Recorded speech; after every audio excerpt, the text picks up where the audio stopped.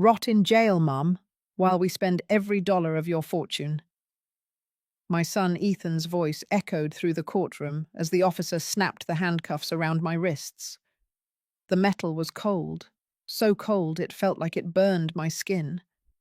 But nothing compared to the searing pain in my chest as I saw my own child laughing at me, celebrating my conviction as if it were the best day of his life. Brittany was glued to his arm, wearing that victorious smile she had perfected over the last few months. She leaned in close and whispered something in his ear. Ethan burst into laughter again, louder this time, making sure I could hear him from where I stood, shackled like a common criminal. The judge banged his gavel, demanding order, but it didn't matter anymore. The sentence had been read. 3 years in federal prison for financial fraud and embezzlement. Crimes I never committed. Crimes they had fabricated with false documents, bought testimonies, and a performance so convincing even the judge had swallowed it whole. Ethan and Brittany rose from their seats. He draped his arm over her shoulders, and together they strode toward the courtroom doors, with the arrogance of those who have just won a war. Brittany turned back one last time to look at me, and what I saw in her eyes chilled my blood. It wasn't just satisfaction, it was pure contempt. To her, I was nothing more than an obstacle that had finally been removed from the path. They walked out to celebrate their success. I watched them pass through the double doors, hand in hand, laughing. They were probably already planning how to spend my money. A fancy dinner at a steakhouse. Champagne. Maybe a trip to the Hamptons. My fortune, built over decades of hard work and sacrifice, was now in the hands of 2 people who hadn't worked an honest day in their lives. The deputy tugged my arm, forcing me to stand. My knees protested. At 70 years old, every sudden movement is torture, but I forced myself to maintain composure. I wouldn't give them the pleasure of seeing me crumble. Not here. Not in front of all these strangers who had already judged me without knowing the truth. As I was dragged toward the side exit of the courthouse, I heard the murmurs of the crowd. Some looked at me with pity, others with disgust. An older woman who had been a friend of my late husband looked away when our eyes met. The shame was almost heavier than the handcuffs. The hallway to the processing area smelled of cheap disinfectant and desperation. My shoes squeaked against the worn linoleum floor as the officer silently guided me. Other convicted people passed in the opposite direction, some crying, others with lost looks, all sharing that same expression of absolute defeat. But I wasn't defeated, not yet. We reached a small, windowless waiting room with peeling cream-colored walls and plastic chairs bolted to the floor. An older correctional officer sat behind a metal desk, reviewing papers with the slowness of someone who has done the same thing for decades. He looked up when we entered. Officer Frank Miller read the badge on his chest. His face was weathered, full of deep wrinkles that spoke of a hard life. His eyes were tired, but not cruel. There was a softness in them that contrasted with the surroundings. His uniform was impeccable, carefully pressed, as if that small display of dignity was the only thing keeping him sane in this place. The escorting officer exchanged a few words with Frank, handed him a folder with my documents, and then left. The door closed with a final sound that reverberated in my ears. I was left alone with the old correctional officer. Frank opened the folder and began to review the papers in silence. I sat on one of the plastic chairs, feeling every one of my 70 years in my joints. The handcuffs were still on my wrists, the metal now warm from contact with my skin. I looked down, trying to process everything that had just happened. My own son had sent me to prison. My own son, the baby I had carried in my arms for entire nights when he had colic. The child I had raised alone after his father died of a heart attack when Ethan was just 12. The man I had trusted blindly because he was my blood, my only family. and now he and his wife were outside, celebrating, sure that they had won, sure that I was finished. A defenseless old woman who would spend the last years of her life locked behind bars while they enjoyed every dollar I had saved. But they didn't know one thing, something crucial, something that would change everything.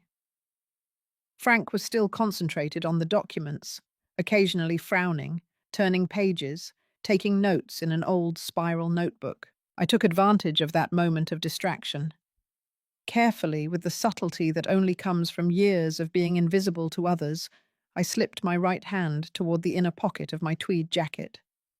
I had worn that jacket since the start of the trial.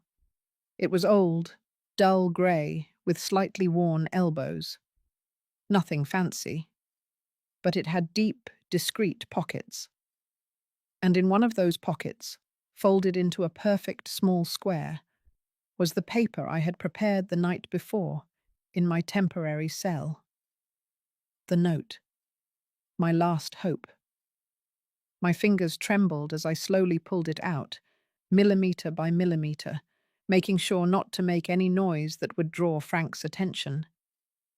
The paper was warm from my body heat, slightly damp with nervous sweat.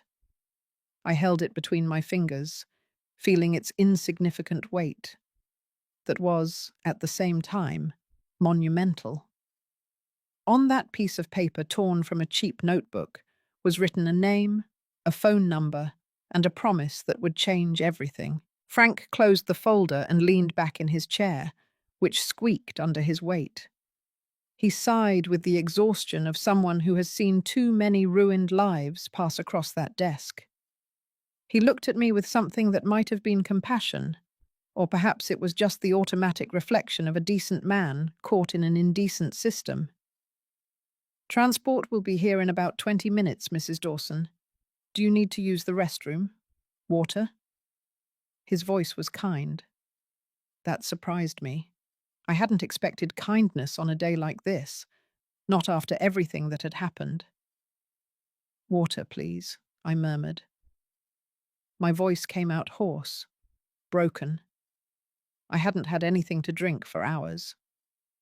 Frank nodded and slowly rose from his chair. His knees cracked as he did so, a sound I recognized because my own joints did the same thing every morning. He was an older man, probably a year or two from retirement, with that weight on his shoulders that comes from decades doing a job that no one thanks you for and no one wants. He headed toward a small table in the corner, where there was a plastic water pitcher and stacked disposable cups. His back was turned. That was my moment, the only one I would have. With a movement I had mentally rehearsed 100 times, I slid the folded note onto his desk, right next to the folder with my documents. I positioned it in such a way that it looked like part of the official papers, but visible enough for him to notice when he returned. My heart was pounding so loudly I was sure Frank could hear it from where he was. My pulse hammered in my ears like war drums. The escorting officer was gone. Ethan and Brittany were outside, celebrating.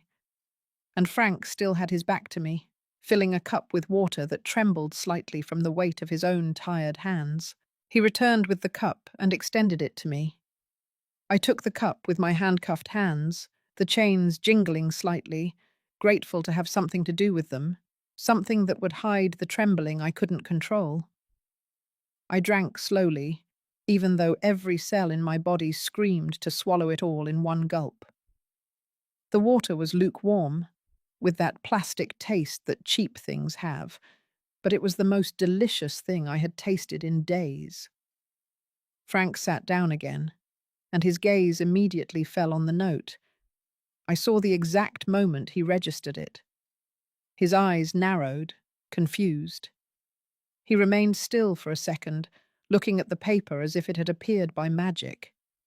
Then, carefully as if it might explode, he picked it up between his fingers. I continued to drink water, pretending not to notice anything, but watching him out of the corner of my eye. Every muscle in my body was tense. Everything depended on this moment, on how he reacted, whether he believed me or thought I was a desperate old woman inventing fantasies. Frank slowly unfolded the note. His hands were large, rough, with scars and calluses that spoke of a youth spent working with them. I read every micro-expression on his face as his eyes scanned the words I had written with a trembling hand the night before. I saw his eyebrows arch. I saw his mouth open slightly, forming a small O of surprise. I saw the exact moment the confusion morphed into absolute shock. The note read, "My son does not know who my new husband is. Call Robert Sterling at this number. Tell him his wife has been arrested. In exchange for this help, you will receive a home and a new life for your family." Below it was a phone number written in black ink, each digit carefully traced so it was perfectly legible. Frank looked up at me. His eyes, previously tired and resigned, were now completely alert. There were questions in them. Hundreds of questions. But above all, there was disbelief. "Robert Sterling," he whispered, his voice trembling slightly. "The Robert Sterling?" I nodded once, slowly, holding his gaze without blinking. I needed him to see the truth in my eyes, to understand that it wasn't a joke, that it wasn't the delusion of a desperate convict seeking an impossible miracle. Frank's face visibly paled. He knew that name. Of course, he did. Everyone in this state knew that name. Robert Sterling wasn't just a successful businessman, he was a living empire. Construction, real estate, urban development, investments that moved millions of dollars every day, political connections that reached all the way to Washington, D.C. A man whose last name opened doors that for the rest of mortals remained closed and sealed forever. And that man, that titan of business who appeared on the covers of Forbes magazine, was my husband. Frank looked at the note again, then at me, then back at the note. His hands trembled slightly as he held that small piece of paper containing information that could change his life as much as mine. I saw his throat move as he swallowed. I saw his eyes moisten with something that wasn't exactly tears, but the weight of too many crushed hopes over too many years. "Ma'am," he finally murmured, his voice barely a whisper. "If this is true—" "It is true," I interrupted softly. "Every word." He folded the note carefully, almost reverently, and put it in his shirt pocket. Then he just sat there, processing, trying to understand how it was possible that Robert Sterling's wife was sitting in front of him, handcuffed, condemned to 3 years in prison by her own son. And I knew I needed to tell him something. Not everything, there wasn't time, but enough for him to understand, for him to know that this wasn't just about money or revenge. It was about justice. It was about the truth. "How did you get here?" Frank asked, and there was genuine sadness in his voice. How could he not know? How could he not protect you? I closed my eyes for a moment, letting the memories flow. I had met Robert 6 months ago. 6 months that had been the happiest of my life after years of absolute solitude. My first husband, Ethan's father, had died 15 years ago. A sudden heart attack that left me a widow at 55, with an adult son who barely visited me and a house too big, filled with silence. For all those years, I had resigned myself to loneliness. I had accepted that this was my life now, tending my garden, reading books, watching TV until I fell asleep on the couch. Occasionally, Ethan came to visit, always in a rush, always with excuses about work, about how busy he was. And then Brittany came along, and the visits became even scarcer. But 6 months ago, everything changed. I had gone to an art exhibition downtown. A friend had invited me, insisting I needed to get out more, socialize, live a little. And there, in front of a painting of sunflowers that reminded me of the garden my mother had when I was a child. I saw him, Robert Sterling. At first, I didn't know who he was. I just saw an elegant man with perfectly combed grey hair, an impeccable suit, looking at the same painting with an expression of melancholy that I recognized because it was the same one I felt. The melancholy of someone who has lost something precious and seeks to find it in the most unexpected places. We talked. First about the painting, then about art in general, then about our lives. I discovered that he was also a widower. His wife had died 3 years prior from cancer. He told me he came to that gallery every month because it was where he had taken his wife on their first date. I told him about my garden, about how the flowers were the only thing keeping me sane after so many lonely years. We saw each other again the following week, and then again, and again. Coffee turned into dinners. Dinners turned into walks in Central Park. And before I knew it, I had fallen in love like a teenager, feeling butterflies in my stomach every time my phone rang, and it was him. Robert was completely honest with me from the beginning. He told me who he was, what he did, how much money he had. But he asked for something in return: absolute discretion. He explained that there were people who hated him, unscrupulous competitors who wouldn't hesitate to use any personal information against him. He told me about threats he had received in the past, attempts at extortion, situations where the people he loved had become targets just for being close to him. And he asked me to keep our marriage a secret, at least for a while, until he could ensure I would be protected, until he could organize the necessary security, until everything was in order.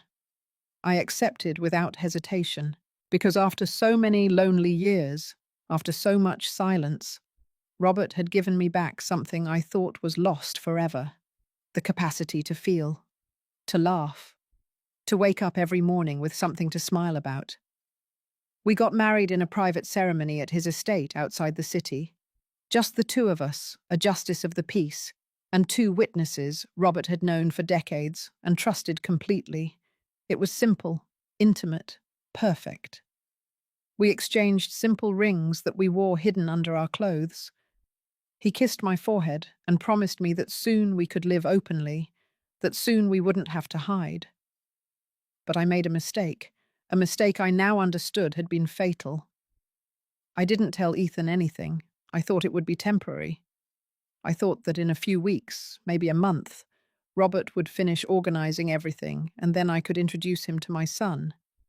I could tell him that his mother had found love again, that I was no longer alone, that someone was taking care of me and making me happy. But before I could do that, everything fell apart. It started 3 months ago. Ethan showed up at my house unannounced, which was unusual because he normally called first. Brittany was with him, as always, glued to his side like a shadow. They came in with a strange, nervous energy. Ethan looked around as if he were evaluating something. Brittany touched the furniture with her fingertips, making comments about how old everything was, about how I should modernize, renovate, spend a little money to make the house more presentable. They asked about my finances. They wanted to know how much money I had saved, how much the house was worth, if I had investments, insurance, additional properties. I told them I was fine, that I had enough to live comfortably, not to worry about me. But I didn't give them details. Something about the way they asked made me uncomfortable. There was an intensity in their eyes that I didn't like, an anxiety I didn't understand. Ethan insisted. He said he had financial problems, that his business was going through a rough patch, that he needed a loan. Just temporary, he assured me, just until things got better. Maybe $50,000, maybe a little more.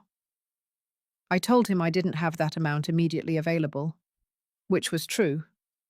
Most of my money was in long-term investments, funds I couldn't touch without significant penalties. but I offered to help him with $10,000, all I had in my checking account. Brittany's face changed. I saw the fury flash in her eyes before she could hide it. Ethan looked disappointed, frustrated, but he accepted the $10,000 and promised to pay it back in 3 months. He never did. And a week later, they came back, this time with more urgency. They needed more. $20,000. It was an emergency, an investment opportunity they couldn't miss. They begged me. Ethan took my hands and looked at me with those eyes I had known since he was a baby, and I, God forgive me, gave in again. I withdrew the money from one of my funds, paying the penalty, and gave it to him. That money didn't come back either. And then the more frequent visits started, always asking for more, always with new excuses, new emergencies. And I started saying no, because I was beginning to understand that something wasn't right, that this wasn't normal, that they were using me. That's when everything changed.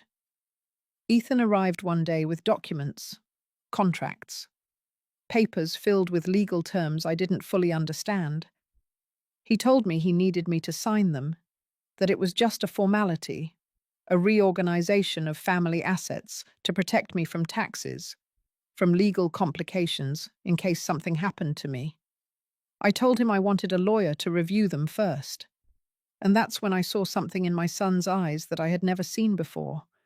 Something dark, something dangerous. "Don't you trust me, Mum?" he asked, and there was venom in his voice. "I'm your son, your only family. Are you going to let me down because of your paranoia?" Brittany intervened, with that sweet voice she used when she wanted to manipulate. She talked about how hard it had been for Ethan to grow up without a father, about how I was all he had, about how he only wanted to protect me, to make sure my future was secure. And I, God help me, signed. I signed because he was my son, because despite everything, despite the distance that had grown between us, despite the fact that Brittany had changed him in ways I didn't like, he was still my boy, the baby I had carried, the child I had raised alone after his father died. I couldn't believe he would hurt me, but I was wrong. 2 weeks later, I received the notification. A lawsuit. My own son was suing me for fraud, for misappropriation of family funds, for forgery. The same documents I had signed out of trust were now being used as evidence against me.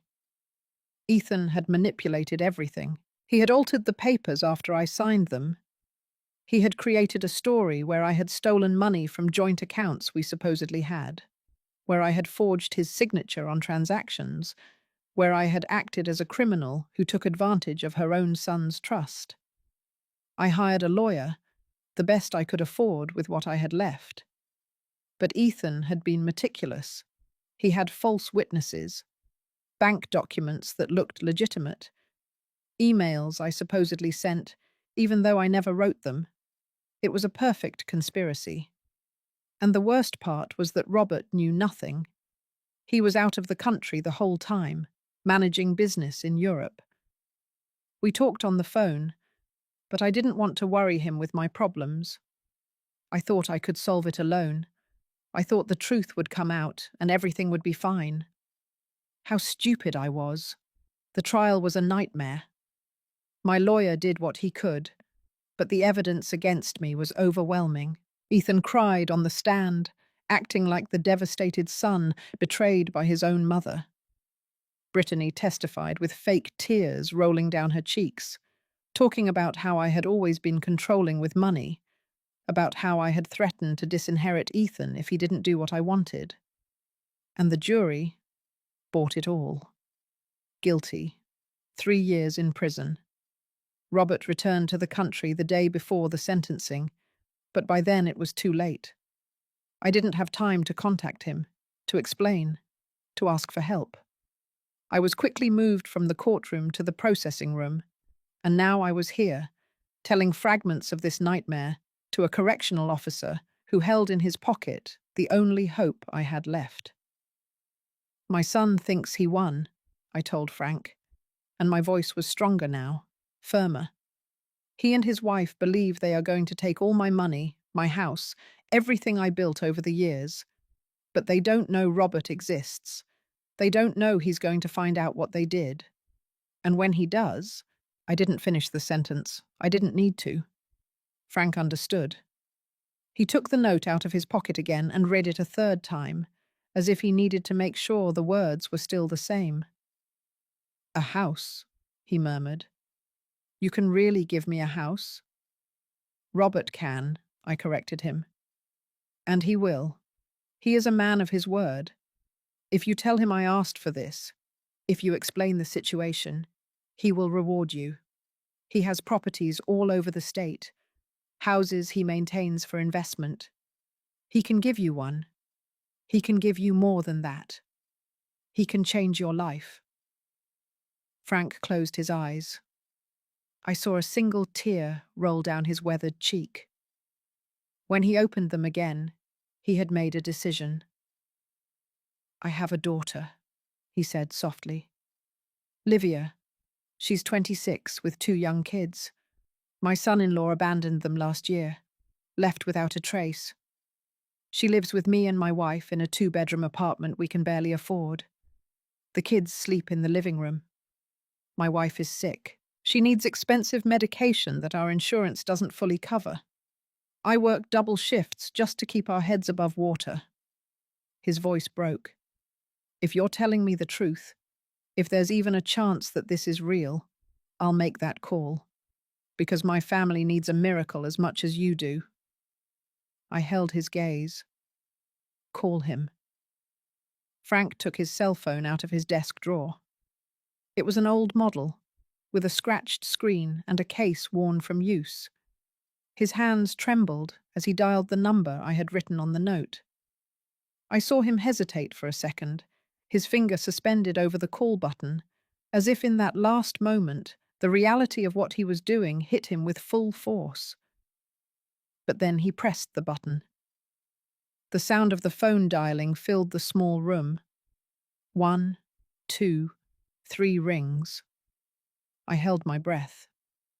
It had been 3 days since I last spoke to Robert. 3 days that felt like an eternity. He had called the night before the trial, but I was so distraught, so consumed by fear, that I could barely hold a coherent conversation. I told him everything was fine, that I was just tired, that I loved him and we would talk soon. I lied. And now I was paying the price for that lie. The 4th ring. The 5th. Frank looked at me with worry, as if he thought no one would answer, that this was a cruel fantasy of a desperate woman. But then the line connected. "Sterling." Robert's voice was crisp, professional. It was his business tone, the one he used when he was in the middle of important meetings or delicate negotiations. Frank almost dropped the phone. He cleared his throat, trying to find his voice. "Mr. Sterling, my name is Frank Miller. I'm a correctional officer at the County Justice Center. I'm calling because—" He paused, looking at me for confirmation. I nodded. "Because your wife asked me to contact you." The silence on the other end of the line was absolute, so complete that for a moment I thought the call had been cut off. But then I heard Robert's breathing, faster and faster, more intense. "Cecilia?" His voice had completely changed. He was no longer the cold, calculating businessman. He was a scared man. "What happened to Cecilia?" "Mr. Miller, she was arrested, convicted. She's here with me now, waiting for transport to the state prison. She gave me this number and asked me to call you. She says you are her husband." "Arrested?" The word came out like a roar. "Why the hell did no one inform me? When did this happen? Where is she now?" Frank passed the phone to me. My handcuffed hands made it difficult to hold, but I managed. When I heard Robert's voice, so familiar, so loved, something inside me broke.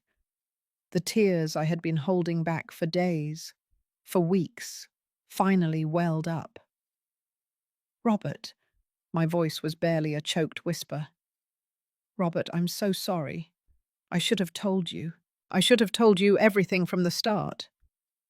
Cecilia, my love, what is going on? Speak slowly. Where are you? Who arrested you? Why? Ethan, I said, and my son's name came out like poison from my lips. He accused me of fraud, forged documents, lied in court. They sentenced me to 3 years. Robert, 3 years. Silence again. But this time it was different. It was the calm before the storm. When Robert spoke again, his voice was dangerously calm, controlled, but I could hear the fury boiling just beneath the surface. Your son did this. Your own son sent you to prison. He and his wife, Brittany, they planned everything. They wanted my money, my house. They thought I was alone, that no one would protect me. They don't know you exist, Robert. They don't know anything about us. Where exactly are you right now? At the County Justice Centre. Processing room. They're going to transfer me in less than 15 minutes. They are not transferring you anywhere, Robert said, and his tone left no room for discussion. Put the officer back on the phone. I handed the phone back to Frank. He took it with trembling hands and put it to his ear. Mr. Sterling? Robert's voice was so loud I could hear it from where I was sitting. Listen to me very carefully. My wife is not getting on that transport. She is going to stay exactly where she is until I arrive with my legal team. Do you understand me? Sir, I don't have the authority to stop a scheduled transfer. There are protocols, procedures that... I'm going to tell you something, Mr. Miller. In less than 5 minutes, Judge Hamilton Richards is going to receive an emergency call requesting a temporary suspension of the sentence based on procedural irregularities. In less than 10 minutes, you will have a signed order stopping any transfer of prisoner Cecilia Dawson until the case is reviewed. And if anything happens to my wife before I get there, if anyone moves her a single inch from where she is now, I will personally ensure that every person involved in this disaster loses their job and faces legal consequences. Have I been clear enough? Frank had completely paled. He nodded even though Robert couldn't see him. Yes, sir. Perfectly clear. Good. Now put my wife back on. Frank returned the phone to me almost reverently. Robert, I whispered.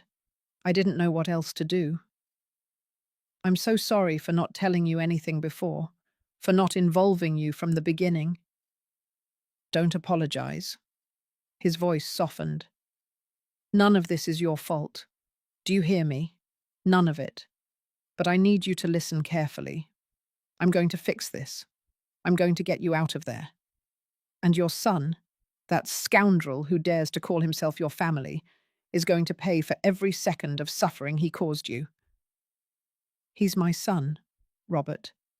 Despite everything, he's still my son. He stopped being your son the moment he decided to betray you like this. Robert paused, and when he spoke again, his voice was charged with a dark promise. But don't worry about that now. Focus on staying safe.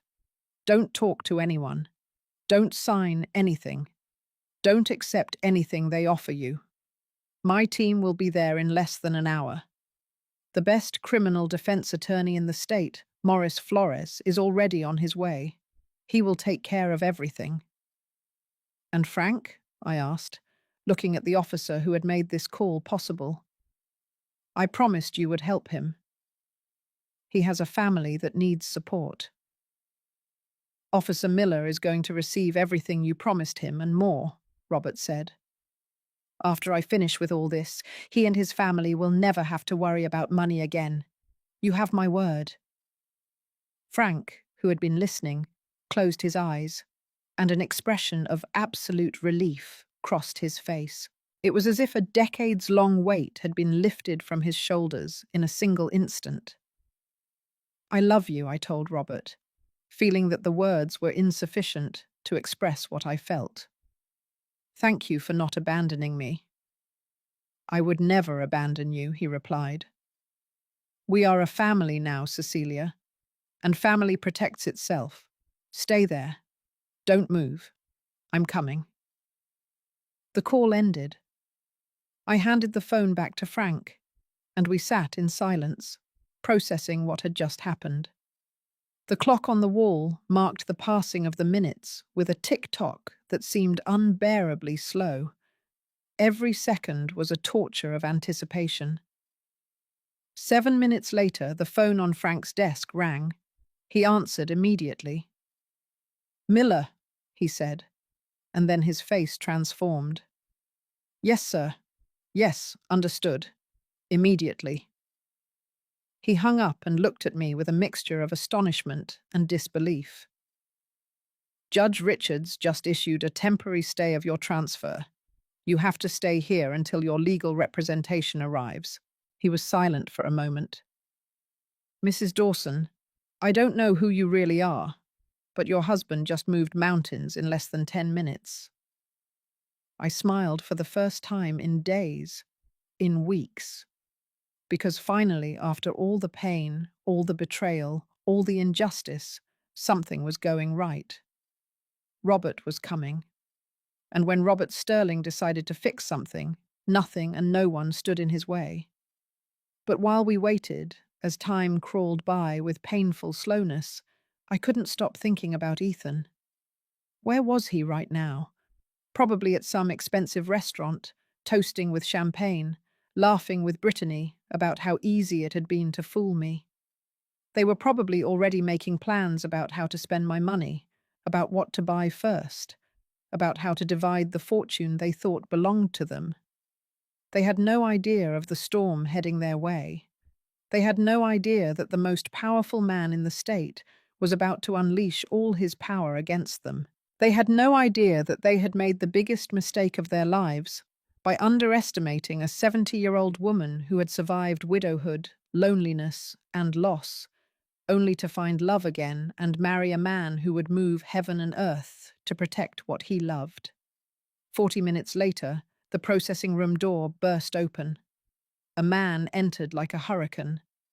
He was tall, about 50 years old, in a perfectly cut, dark suit and a leather briefcase that screamed money.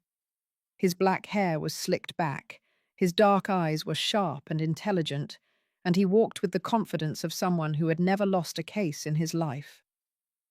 "Morris Flores," he introduced himself, extending his hand first to me and then to Frank. "I am Mrs. Dawson's lawyer, and we are leaving here right now." Behind him entered 2 assistants carrying more papers, more documents, everything necessary to begin dismantling the farce Ethan had built. And behind them, finally, entered Robert. My Robert. He looked exactly as I remembered him, but there was something different in his eyes, an intensity I had never seen before, a controlled fury that made the air around him seem to vibrate with dangerous energy. He was 65, but at that moment he looked like a warrior ready for battle. Our eyes met across the room. He crossed the space between us in 3 long steps, knelt in front of me, uncaring that his $1,000 suit touched the dirty floor, and took my handcuffed hands in his. "My love," he whispered, and his voice was broken. "Forgive me for not being here when you needed me." "You're here now," I said, tears running freely down my cheeks. "That's all that matters." Robert stood up and turned to Morris. "I want those handcuffs off her now. I want every document reviewed. I want every irregularity exposed. And I want the name of every person involved in this conspiracy against my wife." Morris smiled. It was the smile of a predator who had found its prey. "We are already on it, Mr. Sterling. I guarantee that by this time tomorrow, your wife will be free, and those responsible will be answering some very uncomfortable questions. Robert looked at Frank, who had stood up and was standing next to his desk, watching everything with an expression of absolute astonishment. "Mr. Miller," Robert said, walking toward him, "my wife told me you made this call possible, that you risked your position to help her. I want you to know that will not be forgotten." Frank swallowed. She needed help. That's all. You did more than help. You gave her hope when she had none, and I always pay my debts." Robert took out his phone and dialed a number. "Enrique, it's me. I need you to prepare the house in Sun Valley Hills. Yes, the 4-bedroom with the big yard. It's going to be for the Miller family. I want the deed ready for tomorrow, and make sure it is fully furnished and ready to move into immediately." Frank staggered. He had to grab the desk to keep from falling. "Mr. Sterling, I can't. That's too much." "It's not enough," Robert interrupted him. "But it's a start." The next 48 hours were a whirlwind of legal activity that I could barely process. Morris Flores worked like a machine, dissecting every document in the case, finding irregularities that my previous attorney hadn't even thought to look for. It turned out Ethan had made mistakes. Small ones, but enough. Dates that didn't match, signatures that were slightly off, testimonies with inconsistencies that no one had questioned because everyone assumed a mother would never be betrayed in that way by her own son. Robert took me out of that processing room that same night. Not directly home. That would have been impossible with the judicial order still in effect. But to house arrest at one of his properties while the emergency appeal was processed. The house was a mansion on the outskirts of the city, surrounded by perfectly manicured gardens and a high wall that guaranteed absolute privacy. There was security at every corner. Men in dark suits and earpieces guarding every entrance, every exit. Robert was taking no chances. He explained that once Ethan found out what was happening, he might try anything to stop it. And Robert wanted to be prepared for any eventuality. That first night in the mansion, after the lawyers left and we were finally alone, Robert held me for hours. He didn't say much. He just held me while I cried years of pent-up pain. The pain of having been betrayed by my own blood. The pain of having been so blind, so trusting, so foolish. "You are not foolish," Robert said when I finally expressed those thoughts aloud. "You are a mother who loved her son. There is nothing foolish about that." "I loved him," I whispered against his chest. "God help me, I still love him. And that kills me, I know." Robert pulled me away slightly so he could look into my eyes. "And that's why we are going to do this the right way. Not for revenge, although God knows it's deserved, but for justice, for the truth, so everyone knows you did nothing wrong." The next morning, Morris arrived with news. He had found something big. One of the witnesses who had testified against me in the trial, an accountant who had supposedly reviewed my finances and found irregularities, was willing to talk, to tell the truth. Because it turned out Ethan hadn't paid him what he promised, and now the accountant was furious and scared of being dragged down too when everything unraveled. His name was William Perry, a nervous man in his 40s, looking like someone who hadn't slept well in weeks. Maurice brought him to the mansion that afternoon, accompanied by a notary and recording equipment. We were going to document every word.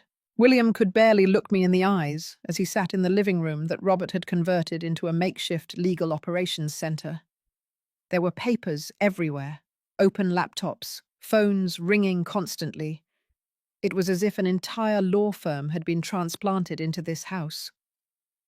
"Mrs. Dawson," William began, his voice trembling. "I didn't know it would go this far. You have to believe me. When Ethan hired me, he told me he just needed some documents reviewed, some numbers adjusted for a tax matter. He paid me $5,000 up front and promised another $20,000 when everything was over. "And what exactly did you do?" Morris asked, his voice calm but with a dangerous edge. "I fabricated financial reports. I created transactions that never existed. I made it look like Mrs. Dawson had been moving large sums of money from joint accounts with Ethan into personal accounts. But none of that was real. It was all fabricated on my computer." "And the withdrawals I supposedly made?" I asked, feeling bile rise in my throat. "The $150,000 that the prosecutor said I stole from my own son."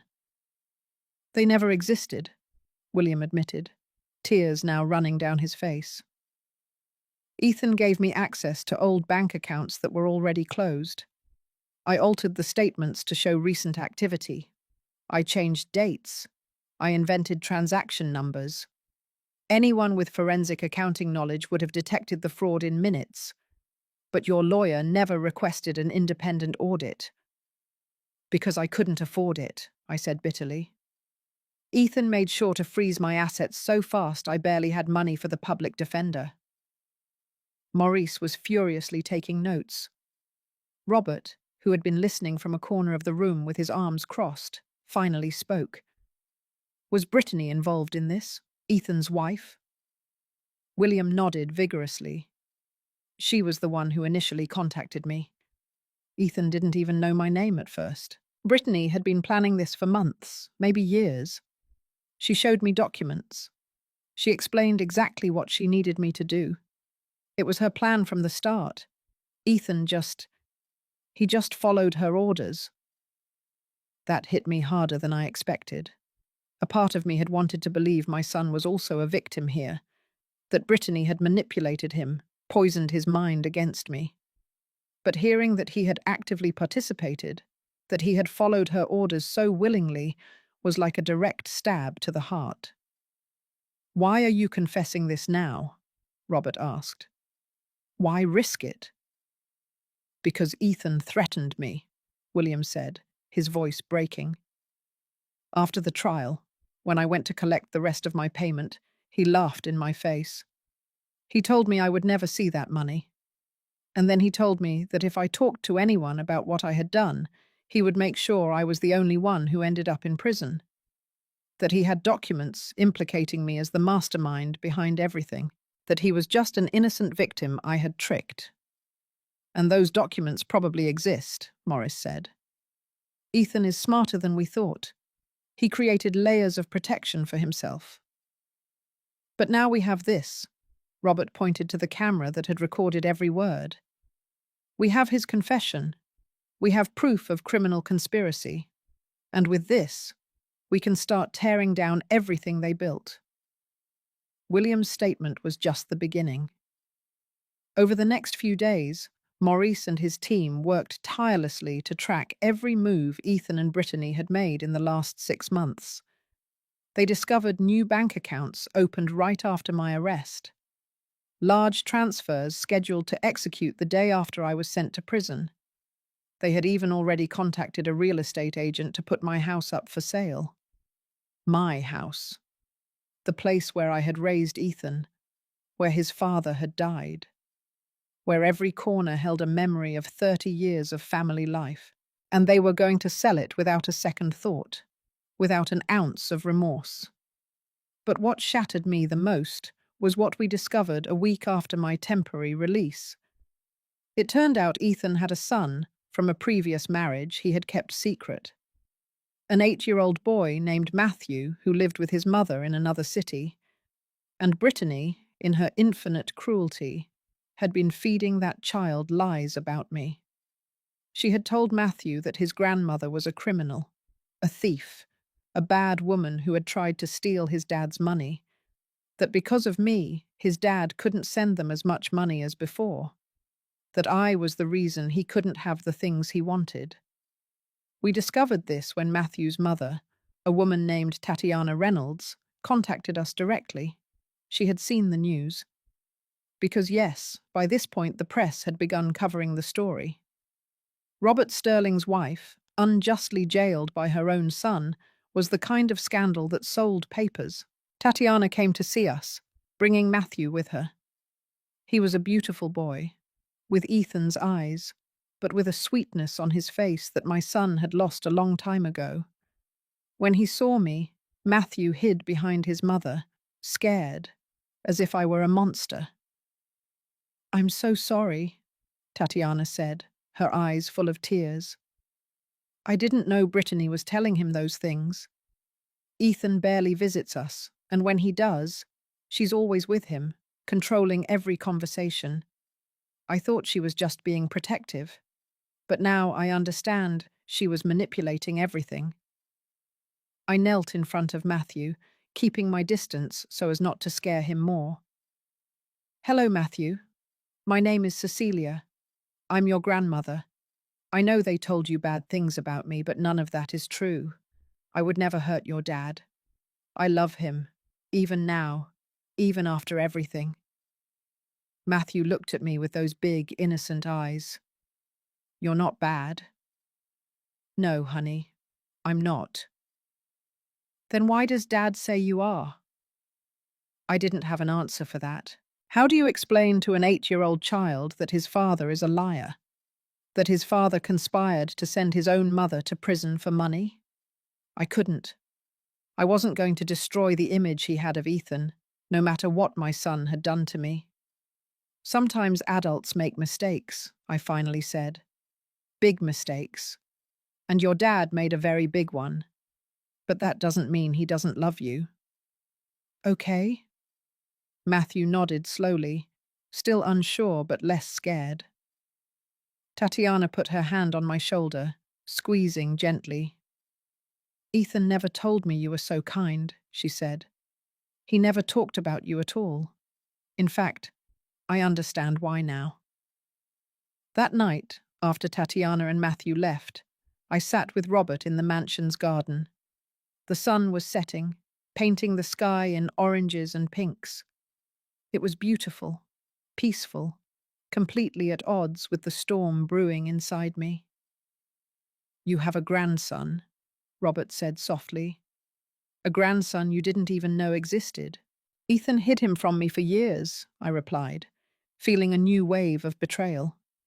"I have a grandson, and he decided I didn't deserve to know him. What kind of person does that?" "The kind of person who is capable of sending his mother to prison for money." Robert took my hand.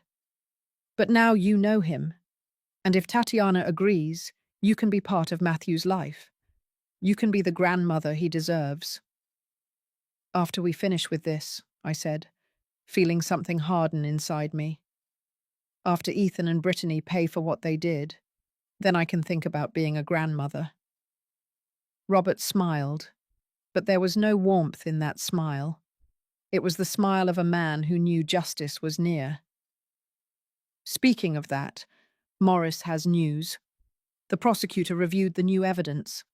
They are dropping all charges against you tomorrow in a special hearing, and they are issuing arrest warrants for Ethan, Brittany, and William for conspiracy, fraud, and perjury." I gasped. "Tomorrow?" "Tomorrow," Robert confirmed.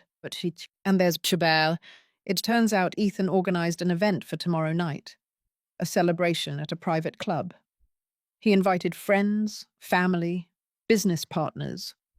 He was going to officially announce that he had inherited your fortune, that he was ready to invest in new businesses. Basically, he was going to celebrate his victory over you in front of everyone." The irony was almost too perfect. "What are you thinking?" I asked, seeing the calculating expression on Robert's face. "I'm thinking," he said slowly, "that it would be a shame if he missed his own celebration party." The hearing the next day was quick and devastatingly effective. Judge Richards, the same one who had presided over my original trial, looked visibly uncomfortable as he reviewed the new evidence presented by Morris. William Perry's recorded confession, the forensic analyses of the falsified documents, the inconsistencies in the testimonies that no one had questioned because they seemed too elaborate to be lies. The prosecutor, A middle-aged man named Henry Flores, Morris's younger brother, stood up and formally declared that the state was dropping all charges against Cecilia Dawson, that there had been a monumental miscarriage of justice, that they had been fooled by a meticulously planned criminal conspiracy. "Mrs. Dawson," Judge Richards said, and for the first time since this nightmare began, I heard something close to respect in the voice of someone related to the justice system. "On behalf of this court, I offer my sincerest apologies. What was done to you is inexcusable, and I assure you that those responsible will face the full weight of the law." I nodded, unable to speak. Tears ran freely down my cheeks, but this time they were not tears of pain. They were of relief, of justice, of vindication. After weeks of being treated like a criminal, of being looked at with contempt, of carrying the shame of an unjust conviction, someone in authority was finally saying the words I needed to hear. I was not guilty. The judge banged his gavel. "Arrest warrants are issued for Ethan Dawson, Brittany Dawson, and William Perry on charges of criminal conspiracy, fraud, forgery, and perjury. Officers are authorized to proceed immediately." Robert, sitting next to me, squeezed my hand. Morris closed his briefcase with a satisfying click. We had won the first battle. But the war wasn't over yet. Because winning in court was one thing. Making Ethan and Brittany fully understand what they had lost, that was something else entirely. We left the court surrounded by security. Reporters swarmed us, shouting questions, pushing each other to get a photo, a comment, anything. Robert shielded me with his body as we made our way to the waiting car. I didn't say anything to the press, not yet.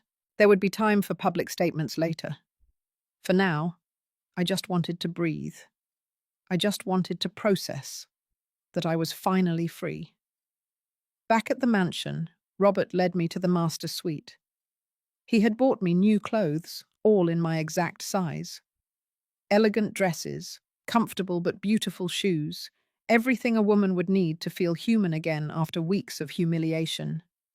He had prepared a bath with aromatic salts, candles, soft music. "Rest," he told me, kissing my forehead. "You have to be ready for tonight." Tonight, Ethan's celebration. The event where he planned to boast of his victory, of the fortune he had stolen, of the bright future he thought awaited him. He had no idea that at that moment, arrest warrants with his name on them were being processed, that police officers were preparing to execute them, that his perfect world was about to crumble in front of everyone. Robert had arranged things so that the arrests would not take place until after the event. He wanted Ethan to have his imagined moment of glory. He wanted him to celebrate, to toast, to feel invincible, because the fall would be much harder from that height, and I was going to be there to see it. I sank into the bath, letting the hot water relax muscles I had kept tense for too long. I closed my eyes and thought about everything that had happened. How I had gotten to this point.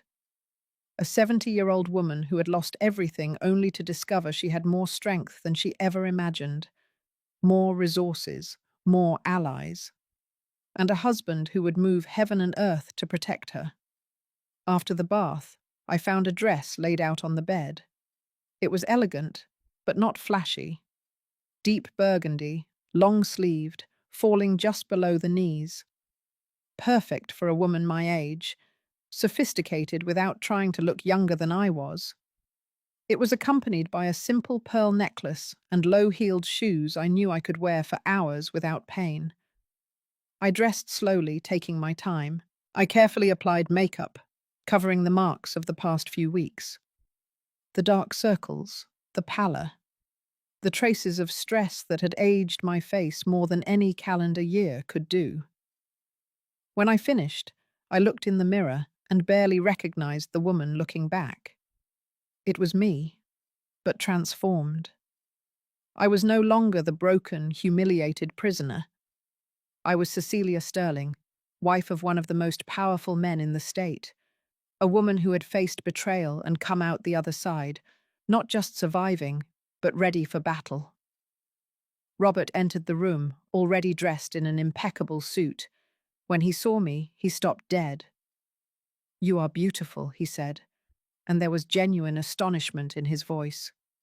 "Absolutely beautiful." "I feel like a warrior preparing for battle," I admitted. "Well," Robert smiled, offering me his arm, "that is exactly what you are." The private club where Ethan had organized his celebration was in the heart of the city. It was an exclusive place, one of those where you need connections just to get a reservation. Of course, Robert was a founding member.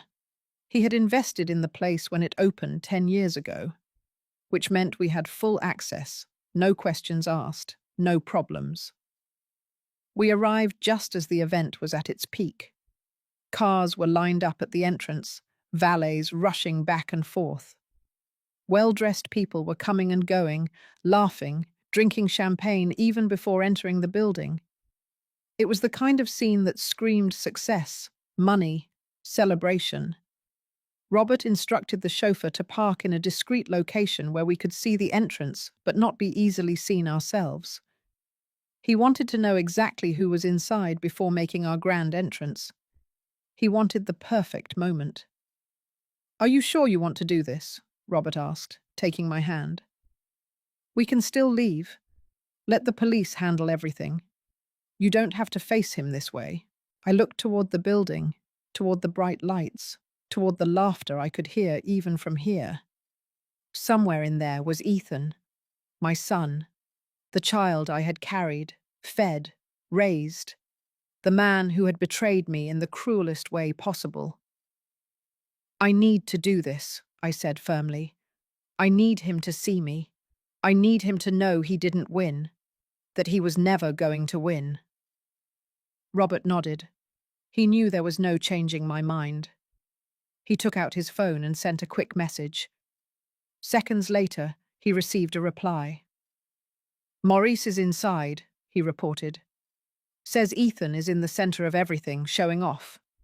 Brittany is by his side, wearing a dress that probably cost what most people earn in a month. They are serving $500 a bottle champagne. Your money, of course." Of course. My money paying for their fake celebration. The irony was almost poetic. "There's more," Robert continued, reading another message. "Ethan just made an announcement. Says he's launching a new investment firm, that he has $2 million in seed capital and is looking for partners." He was literally trying to recruit investors using my stolen fortune. $2 million. I didn't even have that much liquid money. There were savings, investments, properties, but not $2 million in cash. Which meant he was lying again, making promises he couldn't keep, deceiving more people, expanding his web of lies.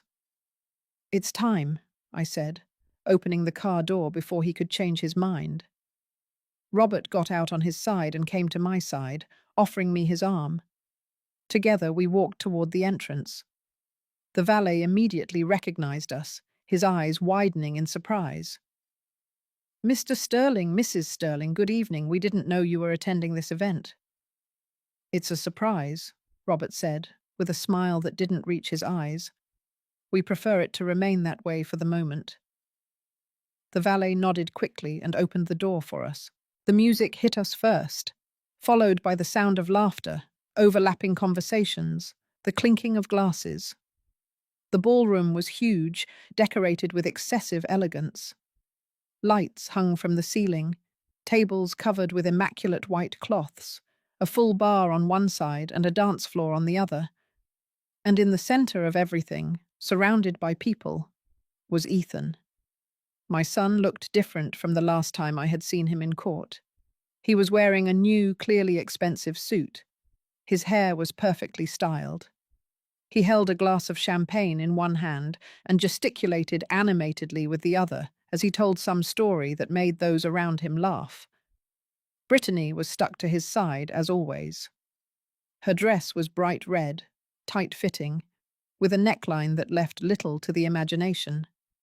Jewelry hung from her neck and wrists, probably also bought with my money. She smiled with that satisfied look she had perfected, the smile of someone who had gotten exactly what she wanted. We stood at the entrance, observing.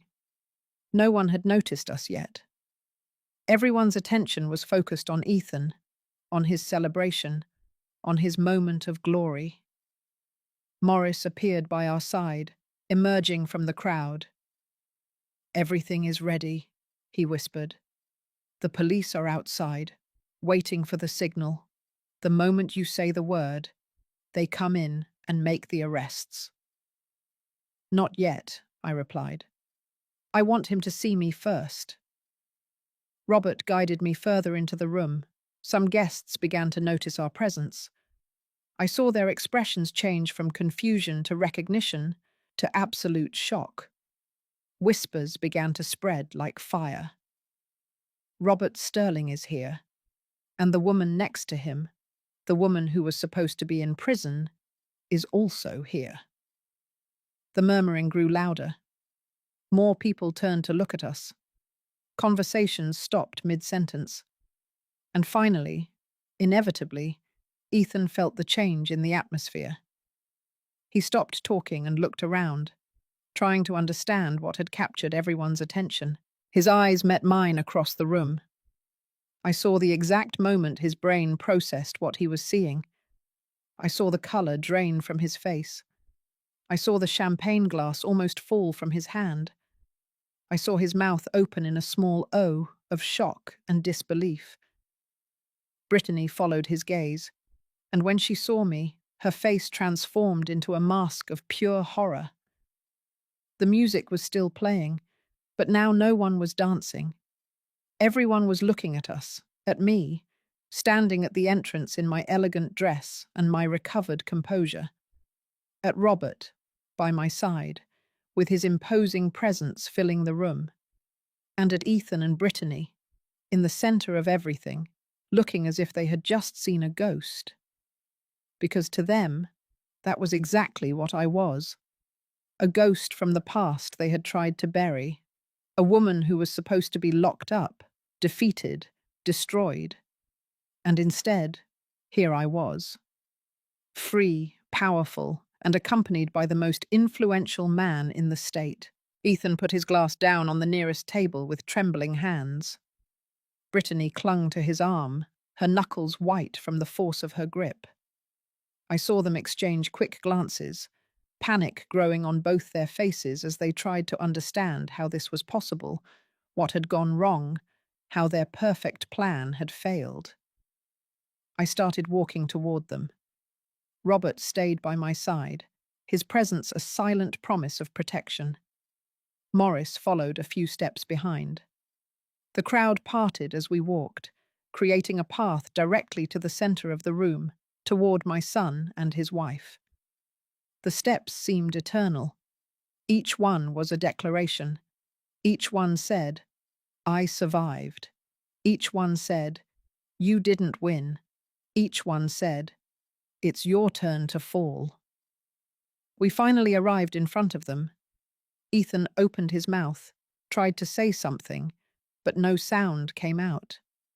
Brittany looked at him desperately, as if hoping he would fix this somehow, that he would find the magic words that would make this nightmare disappear. The silence in the room was absolute now. Even the music had been stopped by someone. All eyes were on us, waiting, wondering what would come next. "Hello, Ethan," I finally said, my voice calm, controlled, stronger than I had felt in years. "What a nice celebration. Too bad it won't end the way you expected." Ethan finally found his voice, although it came out trembling and broken. "Mom, what are you doing here? You were supposed to—" "You shouldn't be in prison," I finished for him. "Yes, I know. I was supposed to be locked up for 3 years while you and your charming wife enjoyed my money, while you celebrated your victory, while you erased me from your lives as if I had never existed. Brittany tried to regain her composure. She straightened her shoulders, lifted her chin, trying to project that false confidence she used as armor. I don't know what you're talking about. This is a private event. You weren't invited. You should leave before we call security. Robert let out a short, humorless laugh. Security? Please try it. This club is 40% owned by me.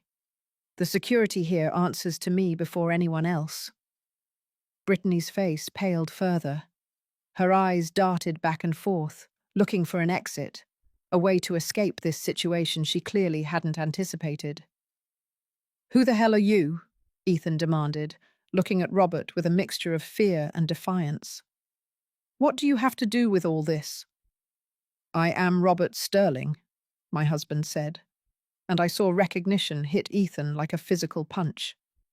And I'm your mother's husband, the man you never bothered to ask about. The man whose existence would have made you reconsider every one of your stupid plans. The murmurs in the room turned into audible exclamations. Everyone knew Robert Sterling's name. Everyone knew what that meant. And now everyone understood that Ethan Dawson had made the biggest mistake of his life by betraying that man's wife. It's not possible, Ethan whispered, but his voice lacked conviction. You're not married. You never said anything about starting over after years of widowhood. You're right. I didn't tell you, I interrupted. Because you barely visited me, Ethan. Because when you did, you only came to ask for money. Because you stopped being my son long before you decided to send me to prison. The tears threatened to fall, but I forced myself to hold them back. Not here, not in front of him. I had already cried enough for this man who was once my baby. Morris stepped forward, taking out his phone. Mr. Dawson, Mrs. Dawson, I should inform you that this morning, in a special hearing, all charges against Cecilia Dawson were dropped. Judge Richards issued arrest warrants against the two of you and William Perry for criminal conspiracy, fraud, forgery, and perjury. Brittany gasped. Her hand flew to her throat, as if she couldn't breathe. Ethan staggered, having to grab the table behind him to keep from falling. That's ridiculous, he gasped. They can't. They don't have proof of... We have William Perry's full confession, Morris continued, his voice cold and professional. Video recorded, under oath, with a notary present.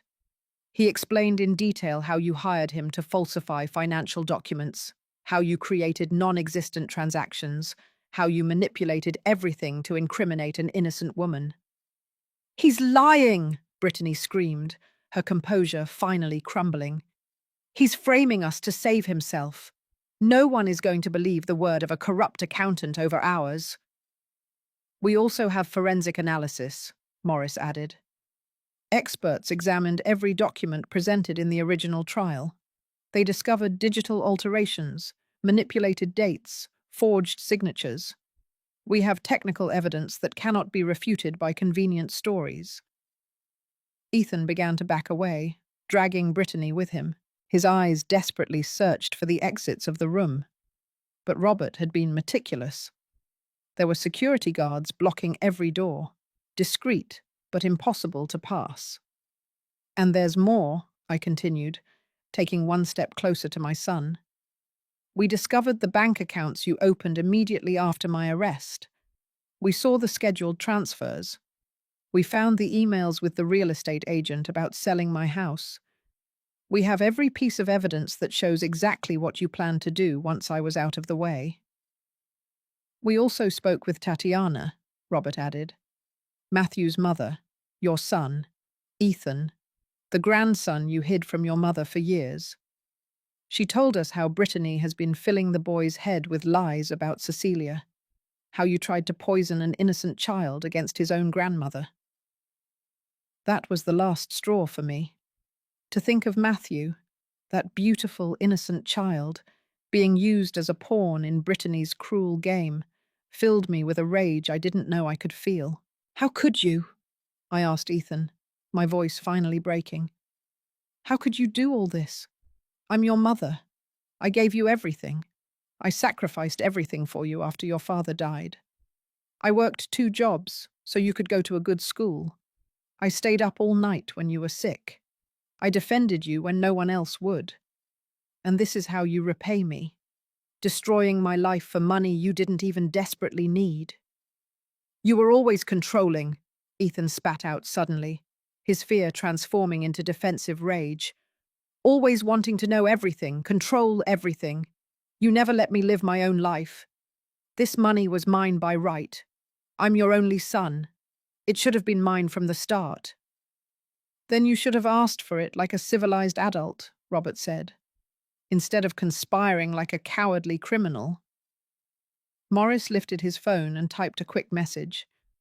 Seconds later, the ballroom doors opened. Police officers entered, moving with purpose toward the center of the room, toward where Ethan and Brittany were trapped. Ethan Dawson, Brittany Dawson, one of the officers announced. You are under arrest on charges of criminal conspiracy, fraud, forgery, and perjury. You have the right to remain silent. The rest was lost in the chaos that erupted. Brittany began screaming, trying to pull away as the officer tried to handcuff her. Ethan simply stood there, motionless, as if his brain had finally accepted that this was real, that there was no escape, that he had completely lost. The guests watched in horror and fascination. Some took out their phones, recording everything. This would be on the news, in minutes, on social media, everywhere. The public, humiliating fall of Ethan Dawson, the man who had tried to destroy his own mother. As the officers dragged them toward the exit, Ethan looked at me one last time. I waited to see remorse. I waited to see something that indicated the son I knew was still in there somewhere. But all I saw was hatred. Pure, undiluted hatred. And in that moment, I understood that the son I loved had died a long time ago, that the man in front of me was a stranger who shared my blood, but none of my values. Goodbye, Ethan, I whispered as he disappeared through the doors. The days after the arrest were a media whirlwind I hadn't expected. My face was on every newspaper, every newscast. The story had all the elements the press loves: family betrayal, a dramatic twist, a clear villain, and a victim who became a victor. But what the reporters didn't know, what no one knew yet, was that this was far from over. 3 days after Ethan and Brittany were arrested, Morris arrived at the mansion with news that chilled my blood. He had discovered something while reviewing more documents, something none of us had anticipated. Mrs. Sterling, he said, his expression grave as he spread papers on the dining room table. We found something else, something that completely changes the situation. Robert and I leaned in to see the documents. They were deeds, legal papers full of jargon I could barely understand. But there was one name I immediately recognized. My house. The house where I had lived for 30 years. What is this? I asked, feeling a knot form in my stomach. Ethan didn't just plan to sell your house after you went to prison, Morris explained. He already sold it. Well, technically transferred it. Into Brittany's name. 2 weeks ago, before the final trial, he forged your signature on property transfer documents. The house is legally no longer yours. The room seemed to tilt. Robert held my arm, steadying me. How is that possible? Robert asked, his voice dangerously calm. How could he transfer a property without her being present? He bribed a corrupt notary, Morris replied. The same one who helped with the other false documents. We have her name, Ramona Perry, William's sister. She authenticated the false signature, dated the documents correctly, made it all look completely legal. My house, I whispered, feeling tears burn my eyes. The house where I raised Ethan, where my husband died, where I have 30 years of memories. There's Morty, Maurice continued, and his tone told me what was coming would be worse. Brittany already put the house up for sale. She has an interested buyer willing to pay $800,000. The closing is scheduled for within a week. That can't be legal, Robert said. She's arrested. She can't complete a real estate transaction from jail. She posted bail this morning, Morris informed us. $500,000. We don't know where she got the money, but she got out 3 hours ago. Ethan is still inside because his bail is higher, $1 million, and apparently they don't have access to that amount. Where did Brittany get $500,000? I asked. I thought they had frozen all accounts related to the case. Maurice exchanged a look with Robert before answering. We believe she has an accomplice we haven't identified yet. Someone with significant resources who is helping her from the shadows. We are investigating, but so far we have no concrete evidence. The idea that there was someone else involved, someone who was still helping Brittany even after everything had been exposed, filled me with a fear I hadn't felt even during the trial. Because if there was someone else, someone with enough money and power to pay a $500,000 bail without a second thought, then this was much bigger than we had imagined. I need to get my house back, I said firmly. They can't keep it. Not after everything else. We are already working on it, Morris assured me. We filed an emergency lawsuit this morning to nullify the property transfer based on forgery. But legal processes take time. And in the meantime, Brittany is technically the legal owner of the property. She can sell it before we manage to stop her. Then we will stop her another way, Robert said, pulling out his phone. If she wants to play dirty, we're going to show her what playing dirty really is. I spent the next few hours listening to Robert make calls. He contacted judges, lawyers, private investigators, people whose power and influence were evident in the way they responded immediately to his requests. It was like watching a master in his element, moving pieces on a chessboard I could barely comprehend. That evening, Morris returned with a team of investigators. They had been following Brittany since she was released on bail.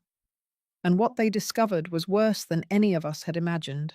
She went directly to her home, reported one of the investigators, a man named Frank, the same correctional officer who had made the initial call to Robert.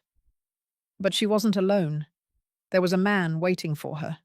We identified him as Richard Reynolds, Tatiana's ex-husband. Matthew's father, the man who abandoned his family, Robert asked, his voice filled with disgust. He's the accomplice. It seems he never actually left, Frank explained. We've been tracking his finances. He has an offshore account with over $3 million, money he apparently earned in illegal businesses over the last 5 years. And it turns out he met Brittany 2 years ago, long before she married Ethan. She saw an opportunity in your family, seduced Ethan specifically to get close to your money. The room fell silent as we processed this information. Brittany had been planning this for years. She had met Richard, had seen an opportunity in my family, had seduced Ethan specifically to get close to my money. Everything had been calculated, meticulous, malicious from the start. Then Ethan was also a victim, I murmured, feeling a strange mixture of rage and pity for my son. She used him from the beginning. That doesn't excuse him, Robert said firmly. He chose to go along with the plan. He chose to betray you. Victim or not, he has to pay for his actions. There's more, Frank continued. We overheard part of their conversation. Brittany and Richard are planning to flee the country. They have tickets bought for tomorrow night to Brazil. They plan to sell the house quickly, take the money, and disappear before the legal system can reach them. Not if we stop them first, Robert said. Frank, I need you to keep monitoring them. Every move, every call, every person they talk to. Morris, prepare a court order to block any sale of the property and contact immigration. I want their names on every watch list at every airport, every border. They are not leaving this country. The operation was put into motion with an efficiency that left me astonished.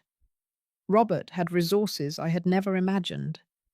People in key positions who owed him favors, who respected his name, who would act without asking why. Within hours, we had 24-hour surveillance on my house, court orders being processed, and alerts at every exit point in the country. But I wanted more. It wasn't enough to stop them legally. I needed to face them. I needed them to know I had discovered them, that their plan had failed again, that they were never going to win. I want to go there, I told Robert that night. To my house. I want to see it one last time before all this ends. Robert looked at me with concern. It's dangerous, if Brittany knows you're there. Let her know, I interrupted. I want her to know. I want to look her in the eye and tell her exactly what I think of her, of everything she did, of how she destroyed my family. Robert sighed, but he understood. He knew that need for closure, for a final confrontation. Then we will go together, he said, but with complete security. I won't risk your life for a moment of satisfaction. Deal. We arrived at my house at dusk. The place that had been my home for 30 years looked different now, almost strange, as if it no longer belonged to me. The lights were on inside, and I could see shadows moving behind the curtains. Brittany was inside, probably packing, preparing for her planned escape. Robert had insisted on bringing security. 2 cars with guards followed us at a safe distance. Frank was in one of them, monitoring every move. We had constant communication with Morris, who was ready to intervene legally at any moment. Are you sure about this? Robert asked once more as we approached the front door. We can still turn back. I'm sure, I replied, even though my heart was pounding so loudly I felt it might jump out of my chest. I used my key, the same one I had used for decades, wondering if Brittany had been careless enough not to change the locks. The door opened with a soft click. We entered the foyer, and the familiar scent of my home hit me with a wave of nostalgia so strong I had to stop for a moment to regain my composure. But something was wrong, very wrong. The house was almost empty. The furniture I had bought so carefully over the years, the photographs on the walls, the memories of a lifetime, everything was gone. Only the largest pieces remained, the ones that would be difficult to move quickly. My God, I whispered, walking into the living room. They took everything of value. Robert squeezed my hand, his face hardened with rage. We continued on, passing through rooms that had been systematically emptied. My bedroom, where I had slept next to my late husband for years, was completely stripped. They had even taken the curtains. Voices came from the kitchen. One was definitely Brittany. The other was male, deep, probably Richard Reynolds. We approached quietly, staying out of sight as we listened.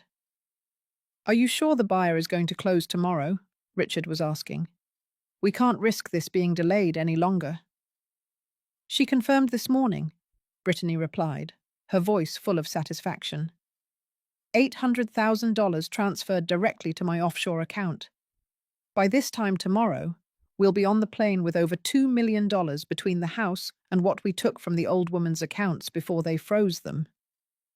And Ethan? Richard asked. Don't you think he's going to be a problem when he finds out you left without him? Brittany let out a cruel laugh that chilled my blood. Ethan was useful as long as I needed him, but he was too weak, too emotional. He almost ruined everything with his stupid guilt. No, it's better to leave him behind. Let him rot in prison thinking his wife abandoned him. It will be what he deserves for being so pathetic. I had heard enough. I walked into the kitchen with Robert right behind me. Brittany was standing by the table, surrounded by boxes. Richard was on the other side, a large man with a hard expression who looked at me with surprise when we appeared. "Hello, Brittany," I said, keeping my voice firm, even though I was trembling inside. "Interesting conversation." Brittany's face transformed from surprise to terror in an instant. She dropped the box she was holding, its contents scattering across the floor. I recognized the objects. My antique jewelry box, framed photographs, small antiques I had collected over the years. "How did you get in here?" she demanded, partially regaining her composure. "This is my house now. You are trespassing." "Your house," I repeated, the words coming out bitterly. "Based on forged documents and a corrupt notary. Did you really think you were going to get away with it?" Richard took a step forward, his posture threatening. "You should leave. Now, before this gets ugly." Robert moved to partially block me, his voice cold as ice. "I suggest you stay exactly where you are, Mr. Reynolds. We have security personnel surrounding this house, and they are all waiting for my signal. One wrong move, and this will end very badly for you." As if to emphasize the point, Frank appeared at the back kitchen door, followed by 2 security guards. Richard looked around, calculating his options, and apparently decided he had none. "We also have your tickets to Brazil," I continued, taking out my phone and showing her the screen with the confirmation of their flights. "And your offshore accounts. The $3 million you thought no one could track. Everything is being frozen right now by court order." The color drained from Brittany's face. Her eyes moved frantically, looking for an exit that didn't exist. "You can't prove any of this," she said weakly. "They are just accusations without evidence." "We have audio recordings of your conversation from 5 minutes ago," Robert said, "where you admitted to stealing $2 million and planning to flee the country, where you admitted to using Ethan and planning to abandon him in prison. I think that counts as sufficient evidence." "Furthermore," I added, feeling a dark satisfaction growing in my chest, "Ramona Perry, the notary you bribed, has already confessed everything. She faced losing her license and possible prison, so she decided to cooperate fully. We have documents, bank transfers, text messages. Everything is documented." Brittany slumped into a chair, all her arrogance evaporating. For the first time since I met her, I saw her as she really was, a scared con artist who had finally been caught. "Why?" I asked, needing to understand. "Why did you do all this? Was it really worth destroying a family, ruining lives, all for money?" Brittany looked at me with empty eyes. "Because people like you have everything effortlessly. Nice house, money saved, respect. While the rest of us have to fight for every penny. I saw an opportunity and I took it. That's all." "No," I said firmly. "I worked for everything I have. Years of sacrifice, saving every dollar, living modestly to have security in my old age.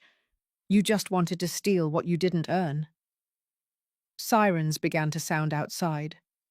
Maurice had requested a police unit once we confirmed we had enough evidence for additional arrests.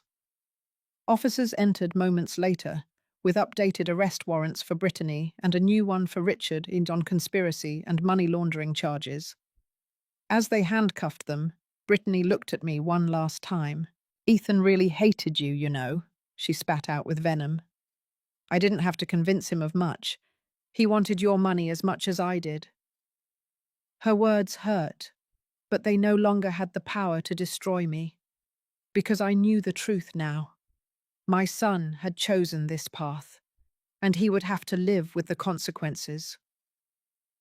"Goodbye, Brittany," I said as they took her out of my house. I hope the money was worth it. When they were finally gone, I stood in my empty kitchen, surrounded by the remnants of my plundered life, and finally allowed the tears to flow.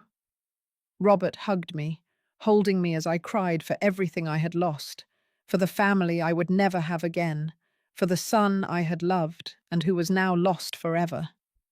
But I also cried with relief, because it was finally over. The nightmare was finally over. 6 months later, I was standing in the garden of my completely restored house. Robert had insisted on hiring the best restorers, decorators, and artisans to return my home to its original glory. Every piece of furniture Brittany had stolen had been replaced by something even more beautiful. The walls had been repainted, the floors polished until they shone. It was as if the house had been purified of all the darkness that had occurred within it. But the most important thing was who was with me in that garden. Matthew was running between the flowers I had planted especially for him, his laughter filling the air with a music I didn't know how much I had needed to hear. Tatiana was sitting on a patio chair, watching her son with a peaceful smile. She had finally found stability, a good job, and most importantly, she had completely removed Matthew from his father's toxic influence. Because Richard Reynolds was in prison, sentenced to 15 years for conspiracy, fraud, and money laundering, Brittany was serving 12 years in a federal prison, all her assets confiscated, all her accounts emptied to pay restitution. And Ethan, my son, was serving 8 years for his role in the conspiracy. The judge had been more lenient with Ethan than with the others, recognizing that he had been manipulated to some extent by Brittany, but he still had to pay for his actions. For the signatures he forged, for the documents he knowingly presented as false, for betraying his own mother in the cruelest way possible. I had tried to visit him in prison once, 2 months after his conviction. I thought that maybe, after everything that had happened, we could start some kind of healing process. But when I arrived at the visiting room and saw his face through the glass, all I found was bitterness and resentment. "You came to gloat," he had said through the visiting room phone, "to show me how well you're doing while I rot here." "I came to see if there was still anything left of the son I raised," I replied calmly. "But I see there isn't." "That son died when you decided to marry your millionaire and keep it a secret," he spat. "If you had told me the truth from the start, none of this would have happened." "None of this would have happened if you hadn't decided to rob me and send me to prison," I corrected him. "You made those decisions, Ethan. No one else." He didn't respond. He just looked at me with pure hatred. And in that moment, I understood that there was no redemption here, no mutual forgiveness or reconciliation. My son was gone, replaced by this bitter stranger who blamed everyone but himself. I got up to leave, but before hanging up the phone, I said one last thing. "Despite everything, I wish you peace, Ethan. I hope one day you find a way to forgive yourself, because I have already forgiven you. Not for you, but for me. To be able to move on with my life without carrying this weight." I didn't wait for his response. I just left, and I hadn't been back since. But today, in this garden full of life and light, with my grandson laughing and my new family around me, I finally felt that I had closed that painful chapter. Robert came out of the house carrying a tray with fresh lemonade and cookies we had baked together that morning. "Grandma, Grandma, look what I found," Matthew shouted, running toward me with a ladybug in his small hand. "Can I keep it?" "Ladybugs need to be free, honey," I told him, kneeling down to his level. "But you can watch her for a moment and then let her go so she can return to her family." Matthew nodded seriously, studying the insect with fascination. Tatiana came closer and put her hand on my shoulder. "Thank you for everything you've done for us," she said softly. "Not just the financial support, although that has been incredible, but for giving Matthew a real grandmother, someone who loves him unconditionally." "The pleasure is entirely mine," I replied sincerely. "Matthew has given me a purpose I didn't know I needed." Robert sat next to me on the garden bench, putting his arm around my shoulders. "What are you thinking about?" he asked. "How strange life is," I said. 6 months ago, I was in a processing room, handcuffed, believing my life was over. And now I'm here, surrounded by people who truly love me, in a house that is truly mine, with a future I never imagined possible. And with a husband who would do anything for you, Robert added with a smile. Yes, I smiled back, with a husband who moved heaven and earth to save me. Frank Miller, the correctional officer who had made all this possible, was also thriving. Robert had kept his promise. Frank and his family now lived in a beautiful house in Sun Valley Hills, completely paid off. His wife Joan had received the medical treatment she needed. His daughter Livia had gotten a good job at one of Robert's companies, and his grandchildren had their own room for the first time in their lives. Frank came to visit us occasionally, always shy, always grateful, still unable to fully believe that a simple act of kindness had transformed his life that way. "I just made a call," he always said. "You did more than that, Frank," I replied. "You gave me hope when I had none, and that is priceless." As the sun began to set over the garden, Matthew finally released his ladybug and ran to sit on my lap. Robert took my hand. Tatiana started preparing dinner in the kitchen, and for the first time in what seemed like decades, I felt something I had forgotten existed. Complete peace. It wasn't the ending I had imagined when I married Robert a year ago. It wasn't the family I had dreamed of having when Ethan was a baby in my arms. But it was my family now. A family built not by blood, but by choice, by kindness, by genuine love. And as I looked around this garden full of life, at this restored home, at these people who had chosen me as much as I had chosen them, I understood something fundamental. It is never too late to start over. It is never too late to find happiness. And it is never too late to learn that true family is not who shares your blood, but who chooses to stay by your side when everything falls apart. I am 70 years old. I have survived widowhood, betrayal, unjust incarceration, and the loss of my only son. But I have also found love again, met my grandson, and built a life worth living. And if there is one thing I have learned from all this, it is that women my age, women who have survived decades of life, who have faced loss and betrayal and pain, are stronger than anyone imagines. We deserve respect. We deserve dignity. And above all, we deserve justice. And when someone tries to take that away from us, we have every right to fight with every ounce of strength we have. Because we are never too old to defend ourselves. We are never too weak to demand what is ours. And we are never, ever invisible, no matter how much the world tries to make us believe otherwise. This is my story. And it has a happy ending, not because everything was resolved perfectly, but because I finally learned that I deserve to be happy. And that, perhaps, is the most important lesson of all. It is a brutal, yet powerful thing to realize that blood relation does not guarantee genuine connection, worth, or loyalty. It's a hard truth, especially for a parent, but accepting that a person's actions define their character, not their lineage, is the key to personal freedom. The greatest takeaway from this experience is the immense value of active self-advocacy.